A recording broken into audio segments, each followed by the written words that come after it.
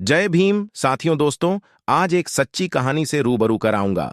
बाबा साहब की एक सच्ची कहानी जिसे सुनकर आप सोने पर मजबूर हो जाएंगे कि एक व्यक्ति के अंदर इतना दिमाग कैसे हो सकता है।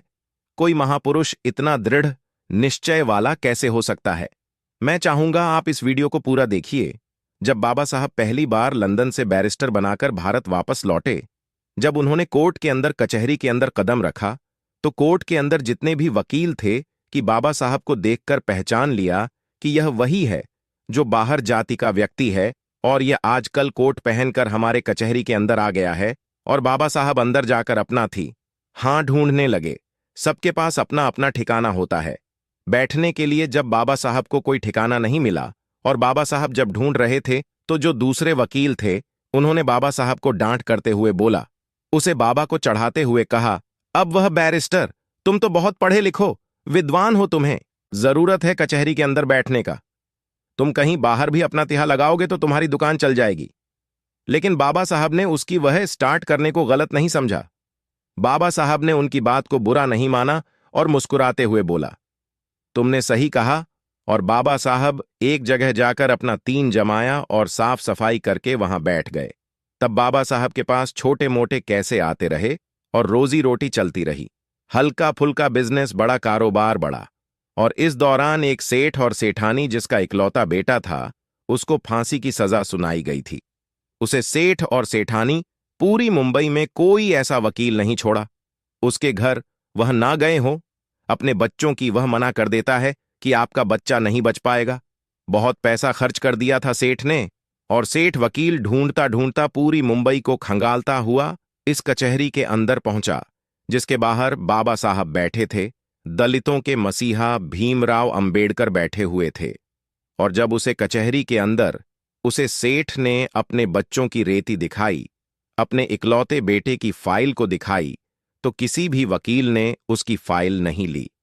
सभी ने इनकार कर दिया और कहा, इसका कुछ नहीं हो सकता, तुम्हारे बच्चे को कोई नहीं बचा सकता। उसे सेठ में ऐसे ऐसे बड़े बड़े वकीलों को दिखाया जो कानून को अपना घर मानते थे, जो बोलते थे कानून तो हमारे मुट्ठी में है। ऐसे ऐसे वकीलों को फाइल दिखाएं, लेकिन सब ने फाइल देखकर इनकार कर दिया। और उस कचहरी के अंदर जो भी वकील बैठे थे, उसने फिर से टोन करते हुए बोला, अरे सेठ, तुम्हारा कैसे हुआ? लड़ेगा जो बाहर बैठा हुआ है। महार जाति का व्यक्ति, वह बहुत विद्वान, वह बहुत पढ़ लिख कर आया है। वह बाबा साहब पर टोन कर रहे थे, दलितों के मसीहा पर टोन कस रहे थे, वह बाबा साहब को चढ़ा रहे थे। सेठ मन से रो रहा था। उसे आशा की एक किरण चाहिए थी, बस क्योंकि उसका इकलौता बेटा जिंदगी और मौत में अटका हुआ था। और जब सेठ ने उसे वकील की बात सुन, तो सेठ उसकी बात मानकर वह बाबा साहेब के पास पहुंच गया। बाबा साहेब के चरणों में गिरकर, कहाँ है? बैरिस्टर है बाबा साहब, मेरे बच्चे को बचा लो। तो बाबा साहब ने सेठ से कहा, उठो, मैं क्या मदद करूंगा तुम्हारा? यह फाइल तुमने कितने ही वकीलों को दिखाया होगा, तुम वही जो मैं क्या कर सकता हूं। मैं तो महान जाति का हूं, मैं इस जाति से हूं। सेठ, आप बहुत बड़े वकीलों को दिखाओ। सेठ ने बाबा साहब की शक्ल देखकर कहा, नहीं, अगर मेरे बच्चे को कोई बचा सकता है तो बैरिस्टर आप बचा सकते हो मेरे बच्चे को, वरना पूरी दुनिया की कोई ताकत मेरे बच्चे को नहीं बचा सकता। मैं आपका चेहरा देखकर बता रहा हूं। बाबा साहब, आप मेरी बात मान लीजिए। मैं तो एक बात, मैं इस पीड़ा को सहन कर लूंगा, लेकिन जो उसकी मां है, जब उसे पता लगेगा कि उसका बच्चा नहीं रहा, तो वह भी उसकी गम में मर जाएगी। मेरे घर से दो अतियां उठेगी। बाबा साहब उठाएंगे। मेरा इकलौता पुत्र है। मेरा इतना बड़ा कारोबार, कितना बड़ा बिजनेस है, कौन संभालेगा? क्या करूंगा मैं इसका? जब बाबा साहब ने सुना कि मां मर जाएगी, बाबा साहब को वह बात याद आ गई जब बाबा साहब छोटे थे। बाबा साहब की माता भीमाबाई ने एक बात कही थी कि भीम, अगर कभी जरूरत पड़े किसी निर्दोष की जान बचाने के लिए, अगर किसी अच्छे काम के लिए झूठ भी बोलना पड़े तो संकोच मत करना।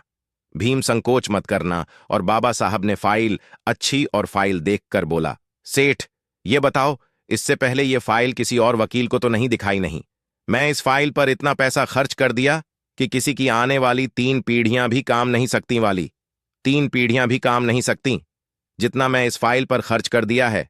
बस आप मेरे बच्चे को बचा लीजिए। वह हाथ जोड़कर गिर गया रहा था। बाबा साहब के चरणों में गिर रहा था। बाबा साहब के सामने हाथ जोड़कर खड़ा था। बाबा साहब ने उसकी पीड़ा देखकर कहा, जो सेठ, मैं तुम्हारे बच्चे का केस लड़ूंगा, जाओ। और जब बाबा साहब मन केस लड़ने के लिए तो वह सेठ बहुत खुश हुआ। उसने बोला, मुझे यकीन है बाबा साहब, मेरा बच्चा बच जाएगा।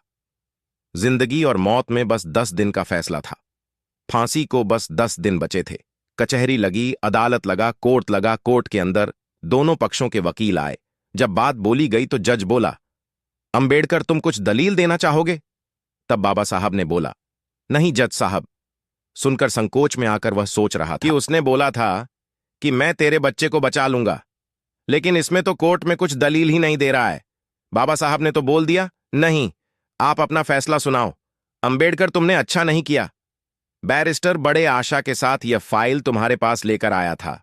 मैं तुम्हारे चेहरे को देखकर बता रहा था कि तुम मेरे बच्चे को बच्चा लोग। और जब फांसी की सजा जज ने सुना दी और जब उसे लड़की को फांसी की सजा देने के लिए लेकर जा रहे थे और उसके गले में अभी फंदा डाला ही गया था कि तभी बाबा साहब ने कहा, बस उसी की सजा दी थी, आपने मौत की सजा नहीं दी थी। इस तरह उसे लड़की की जान बच गई। देखिए उनके दिमाग कैसे थे। बाबा साहब, अंबेडकर, और उसी दिन से यह कार्रवाई चली आ रही है। सजा मौत कहां जाता है, यह नहीं कहा जाता कि फांसी की सजा। बाबा साहब ने कहा, बस अपने फांसी दी थी। और यह दिमाग देखकर सभी बड़े बड़े वकील जो बाबा साहब पर टोन करते थे, जो उन्हें नीचे बताते थे, महार जाति के बताते थे, वह लोग चुप हो गए। पर हमारे बाबा साहब शरीर की तरह उसे बच्चों को छुड़ाकर उसे मां के पास ले गए और कहा, यह मैं तुम्हारा बच्चा। इस तरह बाबा साहब ने उसे निर्दोष की जान बचाई। ऐसे थे बाबा साहब भीमराव अंबेडकर, और निचले जाति और महिलाओं को अच्छा जीवन देने के लिए बहुत कुछ कहा है, बहुत सारे संघर्ष लड़े हैं। वह मरते दम तक लोगों के भलाई के ही बारे में सोचते रहे। दोस्तों, आज की वीडियो में बस इतना ही। इस चैनल पर बाबा साहेब के जीवन से संबंधित छोटी बड़ी जानकारी लेकर आता रहता हूं। यदि आप बाबा साहब को पसंद करते हैं तो अंबेडकर जी स्टोरी चैनल को सब्सक्राइब कर लें।